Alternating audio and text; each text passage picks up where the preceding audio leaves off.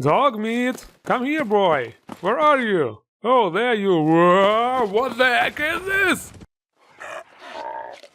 Oh my god!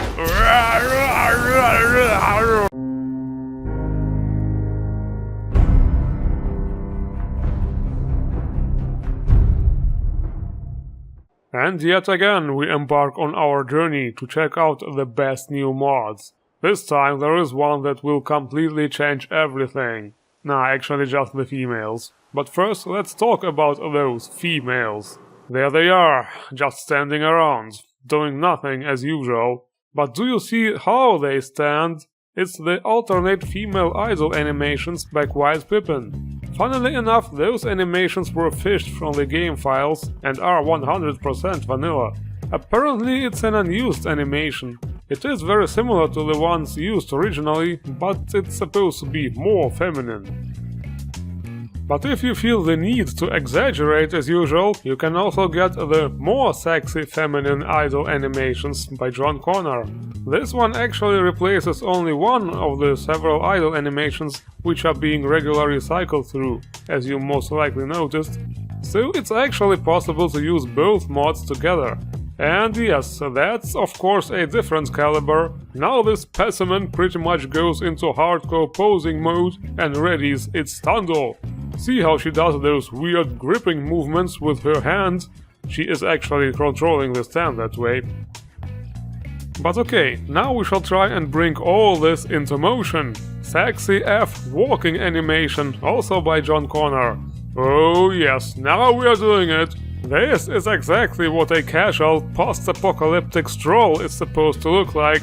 Thank God we're wearing high heels here. Just imagine how it would look in power armor. Nah, I'm just kidding. Power armor has its own animations, of course. But you get what I mean, right? It can look a bit out of place depending on the situation. But it is sexy AF, without question. But enough playing around. Now we shall rebuild the females from the ground up, because they did it again. The brightest minds of Fallout modding got together and said, CBBE, old and boring. Atomic Beauty, also not cool enough. We need more. And so they created yet another one. Zach's Fusion Girl by ZaZ, Lato86, Vioxys, Mother of Deathcloth, Trophy Hunter, and Typer TM. This masterful creation of modern science uses the recently released ZaZ-Extended-Skeleton, which is obviously a requirement. This new skeleton has a lot more bones than the vanilla one to allow more fluid and realistic animations. Other than that, this body replacer features very lifelike external organs, if you know what I mean. Which I cannot show you, of course, because YouTube, so refer to the screens on the mod page for educational purposes. Yes, this mod pretty much screams created for Lava's Lab stuff. No, really, it literally says, featuring animation-friendly genitals. Oh yeah, we all know what kind of animations are being implied here, but whatever floats your boat. I should probably also mention that this works with the CBBE textures. You will, however, need to create new body slide presets and clothes.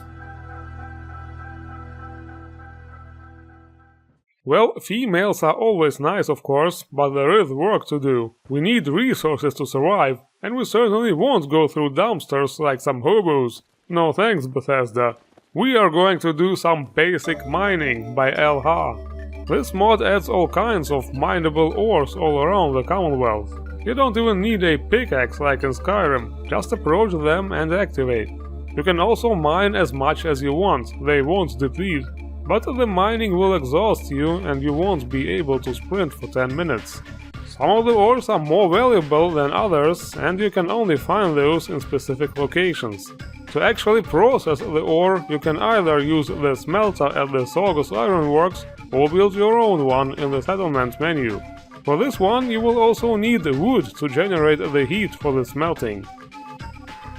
So how do we get wood? Insert sexual joke here.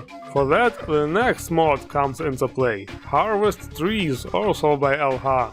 Ah, I think I know exactly what I need to do here. Come on, give me the wood, you tree, hand it over. Well, I guess this is not it. Not on this game. Yeah, actually we just activate them to get the resource. Well, that's kinda underwhelming, but okay. And there is one more mod of the same kind by LH, Quarry work objects. You can build them from the settlement's crafting menu and then either use them yourself to mine concrete or assign your settlers to do the work. There are actually many more similar, small but interesting mods by LH, but I think it would take like an hour to show them all, so let's continue. Speaking of mining and stuff, by the way, I heard one can also mine with explosives. Let's try it out. Commonwealth Explosion Overhaul.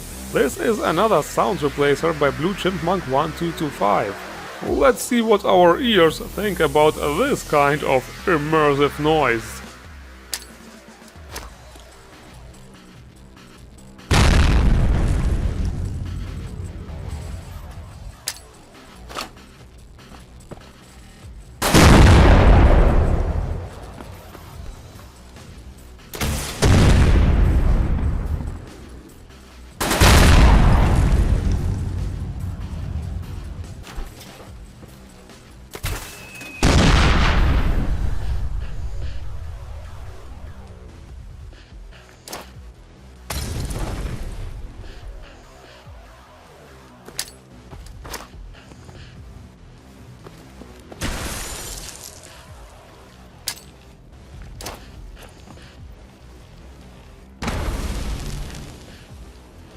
Now this is what I call explosive development. What do you think, guys? Okay, I'll be quiet now.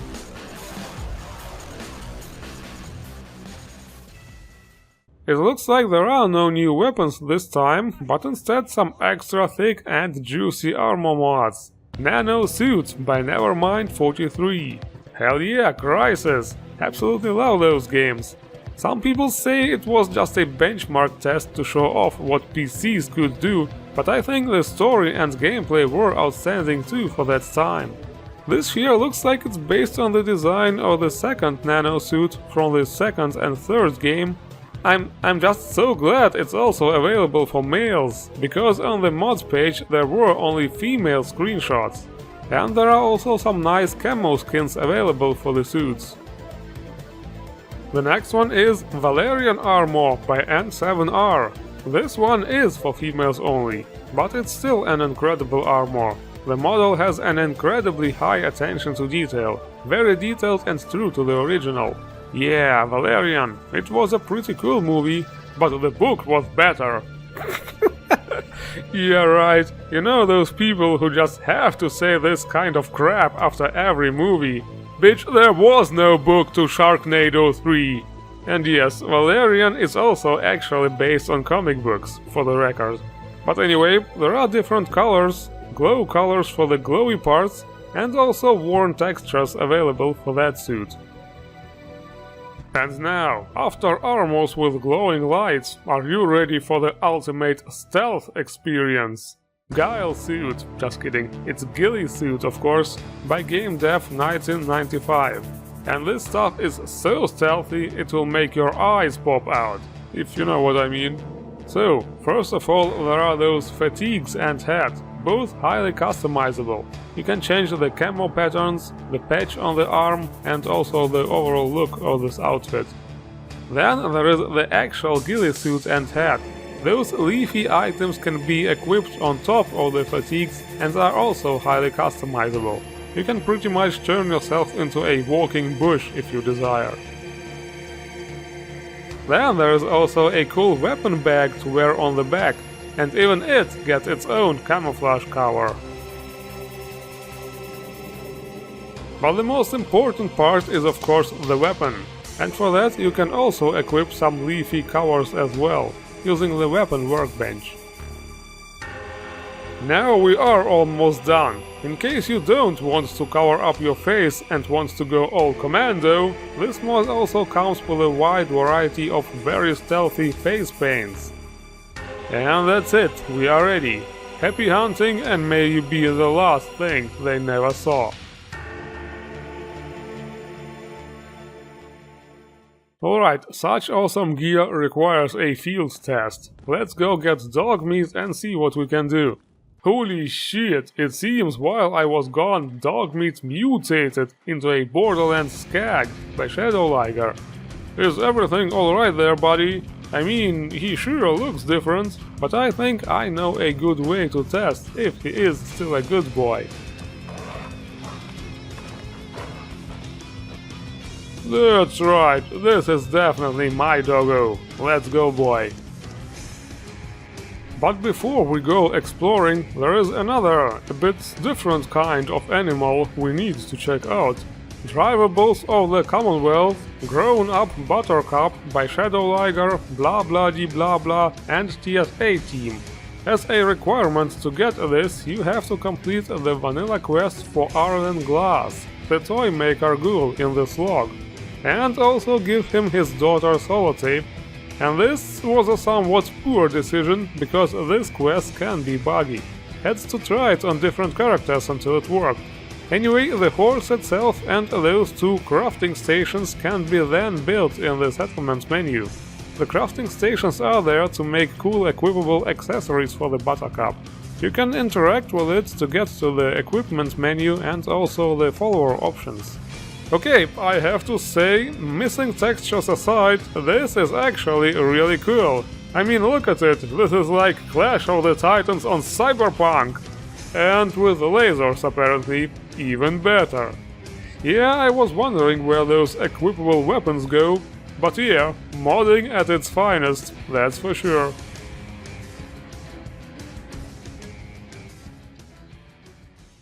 And now it's finally time to explore. And it looks like we made an interesting discovery already. The Nelson, Double Settlement by Mad Rocks. I bet the sequel to this will be called The Mill House. Okay, sorry. So this place is located right next to the Trinity Tower and apparently belonged to some tattoo artists. It's called Double Settlement because it consists of two parts. First, the tattoo studio where the artist was working. This place certainly has seen better days. It can be used as a player home too, of course. It also has a workbench and is customizable, but it's actually more for exploration and lore. Here you can uncover the tattoo artist's dark secret. Well, it's actually not that dark, it's more like glowing, to be honest. But the main highlight of this mod is the second settlement. This is the actual living place too. A luxury open-world player home with lots of windows and an awesome view over the Commonwealth. This is the ultimate player home to show off your cake bossness. Live high above everyone. Look down upon the peasants from your majestic glass castle. Feel the superiority you deserve. Don't be second to anyone. Your time is now. And this is it for this episode. The links to all mods, as always, in the description below. Don't forget to unearth the mods you like. And if you enjoyed this review, don't forget to hit the like button and subscribe for more best new Fallout 4 mods. I thank you all for watching, and see you around.